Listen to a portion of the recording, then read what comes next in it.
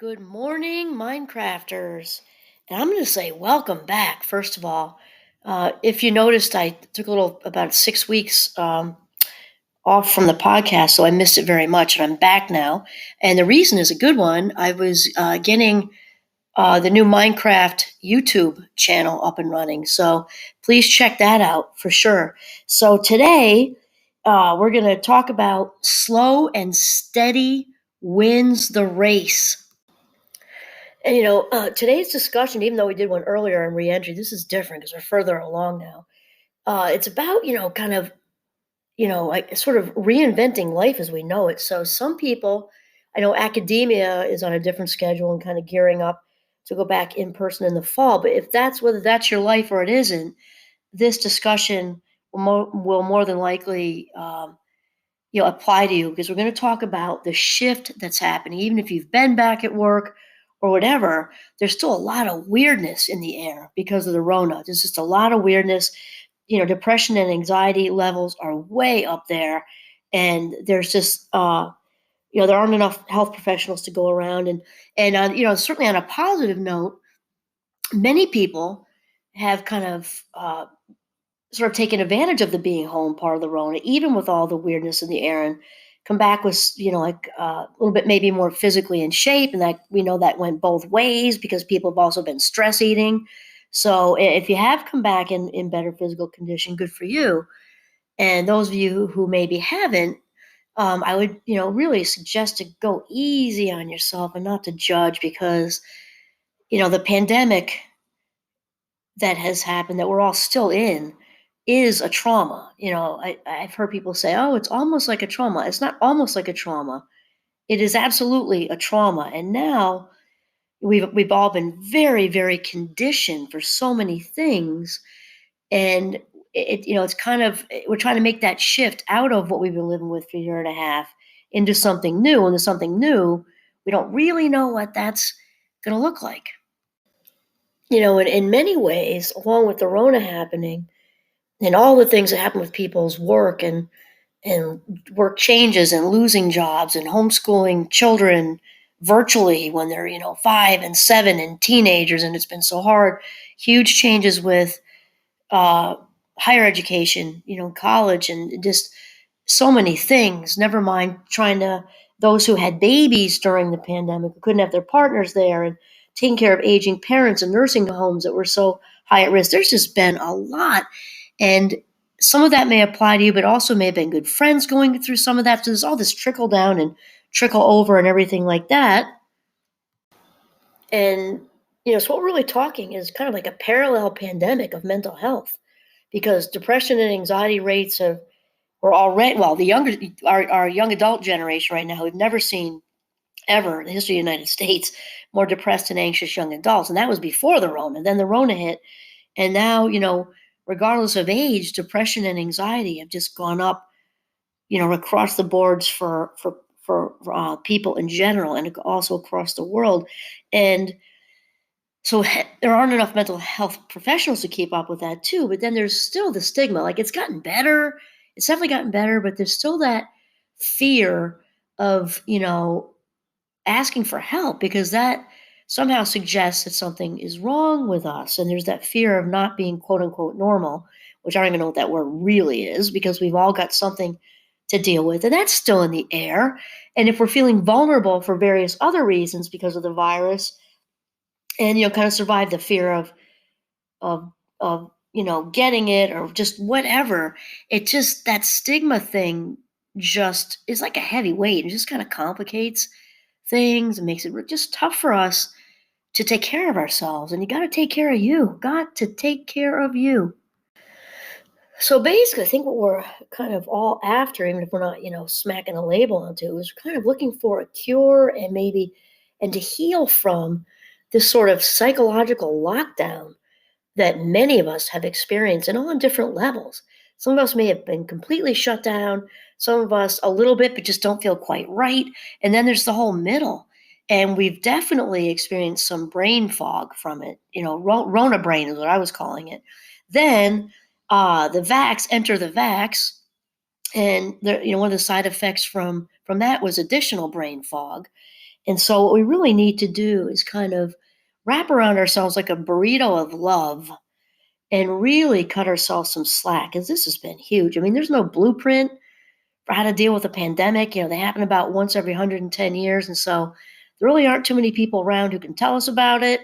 And obviously, if we go back a century, then back another century, it's going to look different because people kept records differently, and many people weren't even literate if we go back a couple of centuries. So just because they couldn't be, right, for various reasons back in the earlier 1800s, and the farther back you go, the fewer people could read and write. So records were kept differently. So that said, we're in many ways kind of reinventing the wheel. And we have experienced psychological lockdown, many of us on different levels. And Deepak Chopra, who's amazing, if you haven't, tuned into him yet, that's a very good idea. He's also co-written with Uma Naidu an article on LinkedIn about how to heal from psychological lockdown. So I'll just kind of be coming in and out of that a little bit. And so really we're making a shift. I mean, some things might be even being reinvented totally from scratch. And the rest of it, we're really trying to make a shift. And this might be a heavy lift for some of us, or maybe even many of us, because we've become so conditioned. And, when we become conditioned, classical conditioning actually is largely unconscious too. And so we're not even aware sometimes of what we're doing. We've gotten conditioned to wearing masks. We've gotten conditioned to not shaking hands and doing all this weird elbow, you know, tapping, pumping, whatever we're calling that, and conditioned to not be together. That goes against every thread of human nature, no matter where you land on the introvert extrovert spectrum. It's just not how we are wired. So we've got this dissonance going on in our heads, a psychological dissonance to not do what's instinctual, actually. And instincts are strong and what keep us alive, right? And this to be conditioned and rewarded by staying away from each other, and also, and for lack of a better word, punished, because when all that was going on with giving people fees for being, if they were caught out, and then curfews, all this stuff. And not saying, I mean, people, we had to do what we had to do, I think, to survive this. Yet psychologically speaking, that just does not compute. And for anyone, which is a lot of anyone's because it's so common, dealing with obsessive compulsive thinking, and I don't like the word disorder, so I'm not going to say that. So somebody, diagnosed with that, and then there's the whole crew in the middle, remember spectrum thing. Life rarely happens in a polarized manner. So people dealing with OCT, let's call it, obsessive compulsive thinking, there are those diagnosed who really have a tough time getting out of the house and doing rituals so bad things don't happen. Then there's, the opposite end of the spectrum where it's maybe a little neat, bothers them, doesn't, they don't really feel comfortable leaving, a radio station on an odd number or something like that. And then there's the whole middle, people who are functioning, and from the outside looking in, it looks like they're managing just fine, though it takes everything they have in them just to get through their day, because there's so many racy monkey mind thoughts going through, making them do certain things and having things a certain way, and that. So the whole crew on the OCT spectrum through this pandemic trauma really had an extra something to deal with, because if it's not enough to live in mental prison and manage that yourself, the whole world, the external world, has been reinforcing what you already hold to be true, which is, if I do this, something bad's going to happen. If I do that, I'm going to get sick. If I do this, that's going to happen. Or it's the whole world has been extra, extra, extra careful with neatness. And if somebody on the OCT spectrum in particular, if they're those thoughts manifest in a way that's like germophobic, then they really have had a lot to contend with, because even neurotypicals have been, doing all these behaviors and following the rules for this. And it just reinforces the whole thing, which means that it's really, really strong at this point, really, really strong. And which also means it's going to be a heavy lift to undo it. I mean, it just is what it is. And it's going to be heavier for some than others. And that isn't fair, and it sucks. And it's also just true. So There's going to be part of it that's going to be a shift, and that shift might be a heavy, heavy lift for some of us. We're going to talk about how to do it though, and it's going to be gradual. It's going to involve some self compassion and self love because we don't have to jump straight into the fire, as they say. And also throw a few stats at you, just a few, because too much hurt people's heads often, but just a couple can be validating. So I just actually wrote an article. I was interviewed by Sarah Collins. She's a wonderful young lady who writes for Health Day News, and this is from that article because there was a Gallup poll that said that 17% of the people who responded to the survey wanted to continue working from home for fear of catching the Rona. Okay, even with people vaccinated, people start getting it. My faves, the New York Yankees, I think, don't quote me exactly, but I think 7 of them vaccinated also just got it. So people are still afraid. And people are also maybe a little pissed because we've, kind of been made to do this thing and people have been like, ooh, kind of excited, but kind of like, ooh, not enough time, so there's just been, a lot of weirdness with that. And now some people are maybe a little bit tolerant, but maybe like, what's up with this? That sometimes the rules are still wearing masks. I'm like, what's up with that? I got the vax to not do this. And so that's annoying. So maybe I just want to stay home and continue to work for that reason. And then, and also the fear of getting it again, because even with the vax, we know we can still carry it and all that stuff. And then 44% of the folks who responded to the Gallup poll said that they wanted to continue working at home just because they prefer it, And so this is important because I think this is going to lead into the flex thing that's probably happening. Oh, and then also Sarah wrote in here, the American Psychiatric Association said that recently that half of Americans are hesitant about going back in person, whether vaccinated or not, and that's a lot.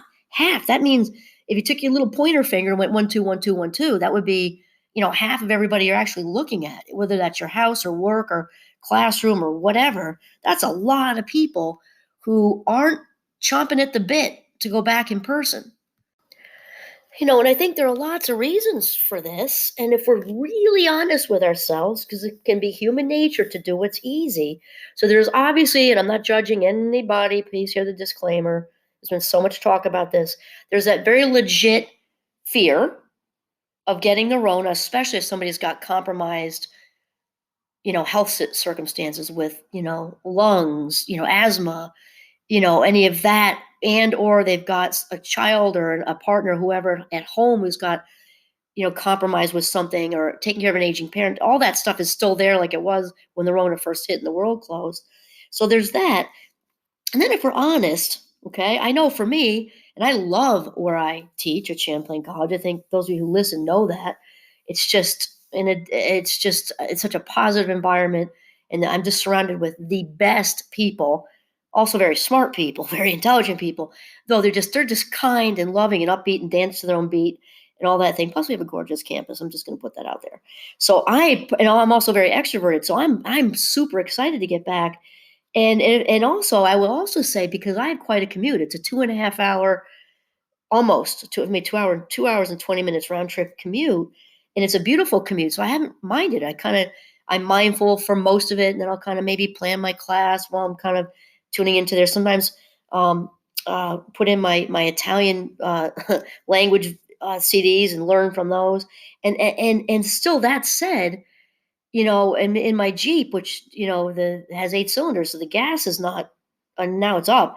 I mean, it's definitely cheaper. If we're honest, it's cheaper to not drive in wherever you go. And if you're taking a train someplace, you got all that to deal with. That is human nature. Like, hey man, I didn't have to take the subway or the T or the metro or the tube or whatever.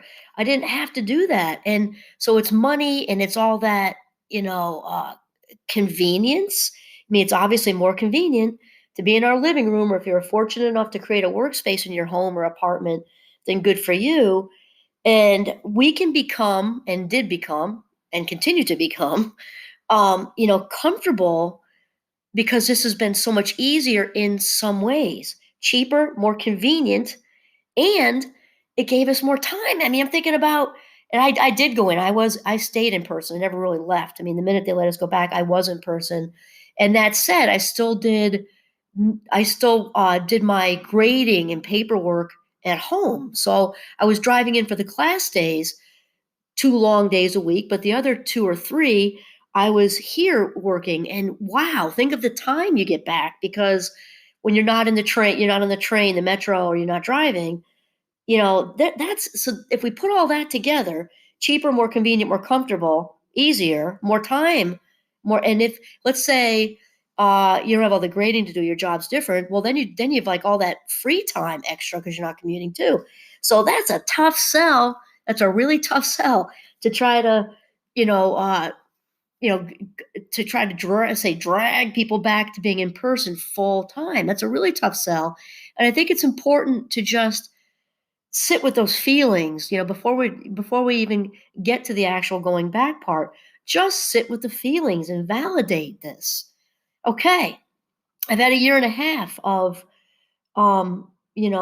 things being cheaper. I have more money in the bank than I did, because that's a lot of gas money saved, or metro or train ticket saved, or whatever, over a year. If you usually do a lot of traveling for your job, for business, you do a lot of flying, that certainly is a time saver, right?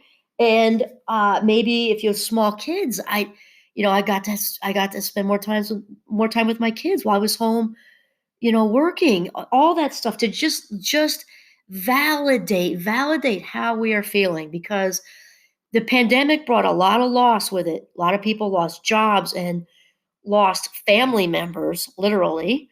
And there's just been a lot of loss and a lot of change. And now we've gotten used to being able to spend time with kids and partners, and have an easier non-commute, and saving money, all this stuff. So now here we go again with more loss and change. And I think it's so important to just give ourselves that. It's the best way, instead of just leapfrogging over it and jumping back in, and without acknowledging all of this rapid change, because it is rapid. It's a year and a half. That is not that long. Never mind all the other stuff that happened during the pandemic. The ongoing racism, which has been there for a very, very, very centuries, right?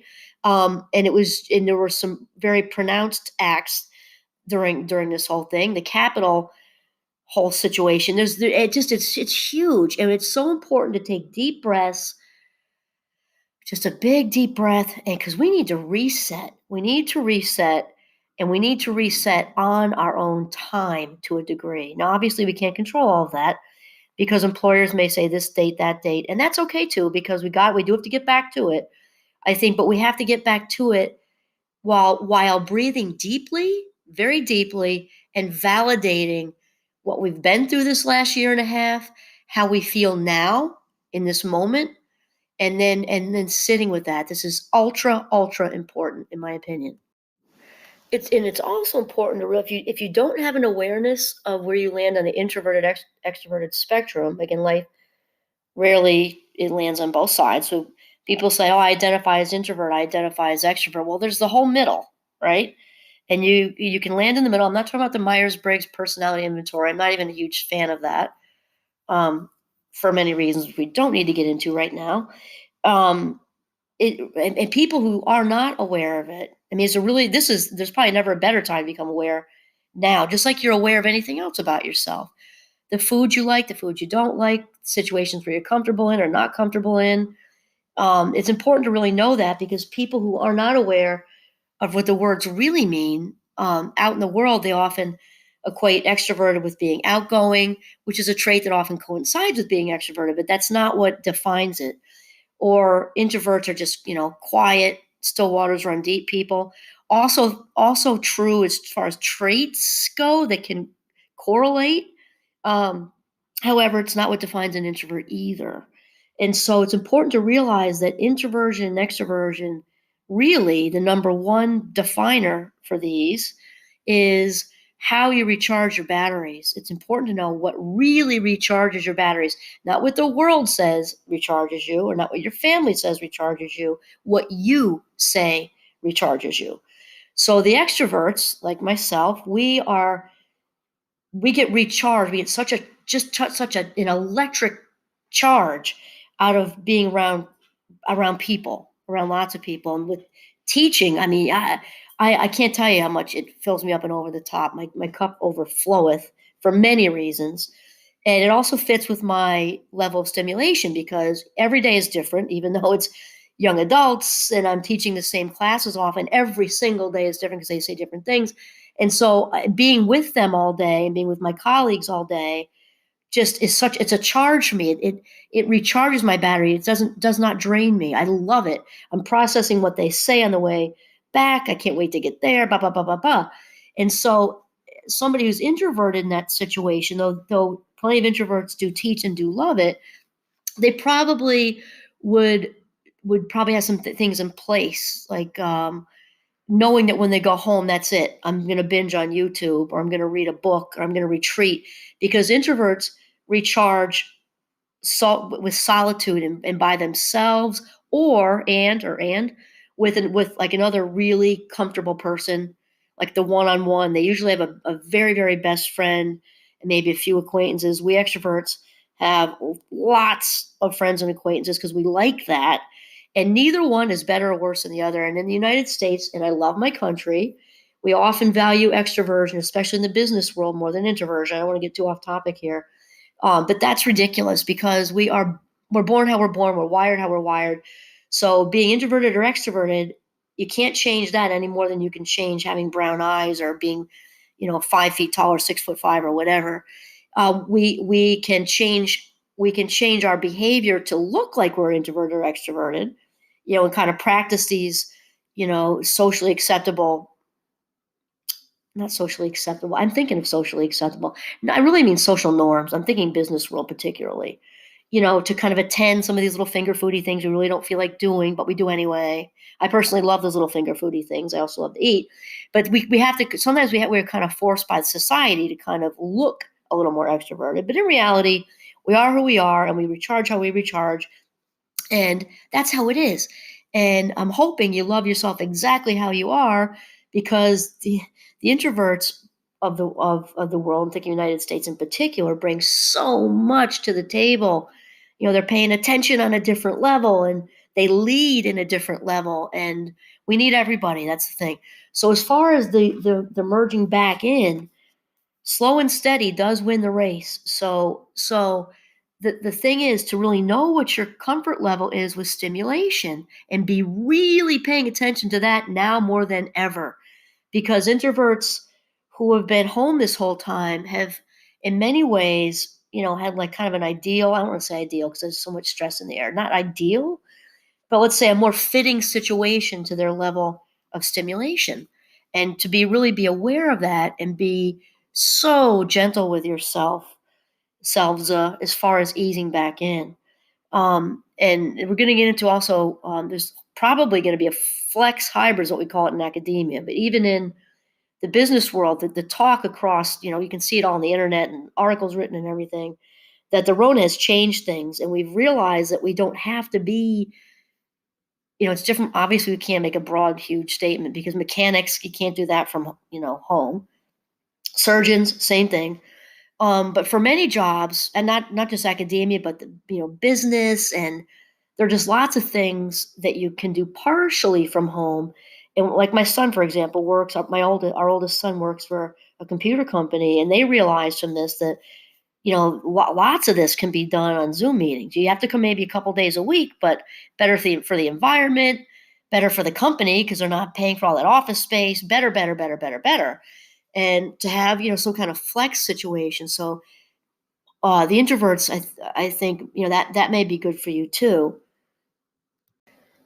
So in addition to being aware of your introverted, extroverted, wherever you land on that spectrum, learning your level of stimulation, comfortability, and then tapering your new life, because we are talking about reinventing a new life here, around that the best you can, working with employers to maybe, if you go in 3 days in person when the days where it's essential with meetings, and then you've got the flex time at home 2 days a week, or however. And it's all, in addition to that, it's important to realize that you are not alone with your feelings. And I'm sure the world at large is talking about this. I know it where I teach at Champlain. There's definitely a lot of talk about this. It's important to realize that you are not alone with your feelings. That's important in life in general, because loneliness is bad. It's bad for our mental health, our physical health. It's so important to realize you're not alone with your feelings, and also to reach out. And regardless of what that reaching out looks like, introverted, extroverted, that means finally being able to get together in 3D, which I personally can't wait for, and to process this and talk about this. If you're more introverted, get on the phone maybe versus texting or zooming. Actually, talk to somebody on the phone or meet up for a one-on-one. With somebody that you trust and a colleague, and just talk about what a heavy lift this might be for you. It's just so important. And then I feel like I want to sing the Eagles song, "Take It Easy," because this, I think people get it. We get it that it is a heavy lift and we are reinventing life. And again, it doesn't mean like if you're due back on, July 20th or if you're already there and you're already at work and they're amping it up or making changes that have more demands or whatever, sing the "Take It Easy" song by the Eagles. And just remember, gradual baby steps, slow and steady wins the race. So it doesn't mean to go find the busiest subway station in New York. It means to get on a routine. That's the next step, is to really start getting yourself in a routine, and hopefully even trying to get dressed through the pandemic because it was good for your brain anyway. But now it's a really good idea to start setting that alarm, baby steps here, and going for walks is a really good idea to get a routine, because we've talked about this in several podcasts. The brain needs that anyway. It needs a start time for the day and an end time for the day. So the routine in the morning with set the alarm, hopefully go for a walk, something physical, maybe a little caffeine fix, healthy breakfast, read the paper, blah, blah, blah, and then start your day. And also at the end of the day, the wind down is so super important in general.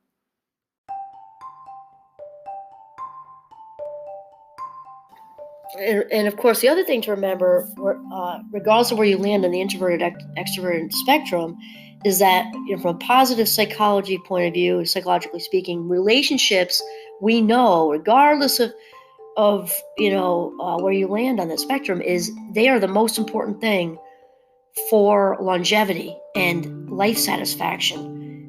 So live your happiest, best, most authentic life. We all need relationships. And that, for the introvert, that might be like one or two really solid, safe, comfortable people. And for the extrovert, that might be, more people. The point is, it's not about quality. Sorry, I just said that backwards. It's not about quantity. It's about quality. Knowing that you have people you can count on. That is, so if you have one of those, that is, he, she, they are a diamond for you. And no better time than now to really reach out, whether it's by phone, it's in person, and then start to work towards in person, because that's where we're headed. Go out for lunch, do something that makes it easy. Go out to a drive-in movie, that's happening now. Restaurants, that's one thing I missed huge throughout the Rona. And, just baby steps, but to really start to get out there rather than throwing yourself right in the fire. This way, when you go back in academia, you go back to start classes, or staff go back to all the orientation stuff, you're feeling a little more comfortable. And then lastly, I'd say to continue to realize that for a little while longer, it's in our best interest to work at being comfortable with the uncomfortable, knowing that it's going to get better, because the brain is very plastic, and of course not meaning Fisher Price plastic, but malleable, flexible, wants to heal, wants to, bend in the direction we need it to bend. And even though it doesn't feel it's going to get better and easier, it is. It absolutely is. This is how we're wired. So just how we got wired to, just shift out of our night jammies to our day jammies and stay on the couch and stress eat and do all these other things and binge watch YouTube through the Rona, we can now be reconditioned to get back at it in person, whatever that looks like for you, whatever it looks like for what your career or calling is. We can absolutely, and we will be reconditioned. It might be a heavier lift for some than others, like we mentioned, and to realize that we have to try our best to be patient with ourselves, to be loving and kind with ourselves and others, and to stick together. Talk about it, reach out and communicate, because this is all so important. And to just stay with it, one foot in front of the other, because slow and steady truly does win the race. This is Kimberly Quinn signing off from Northern Vermont. Have a mindful day.